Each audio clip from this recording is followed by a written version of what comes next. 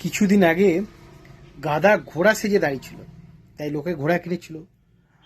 আর গাধাটাও ঘোড়ার মতো এগাচ্ছিল, অত স্পিডে না এগোলো, ভালো এগাচ্ছিল।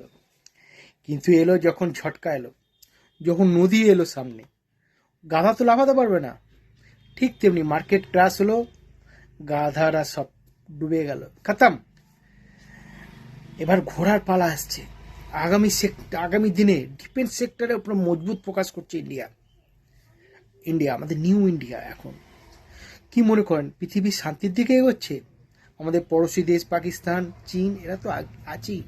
তাই ডিফেন্স সেক্টরের উপর আমাদের ফোকাস আছে। কান ফুলে জেনে রাখো, ডিফেন্স সেক্টরের উপর বাজেট বাড়াতেই হবে। তাই HAL হাল বেহাল করে দেবে। BDL, এগুলো যেগুলো মজবুত স্টক আছে, ঘোড়াকে দেবে, গাধাকে নয়, ঘোড়া কিনো, ঘোড়া। ঠিক আছে।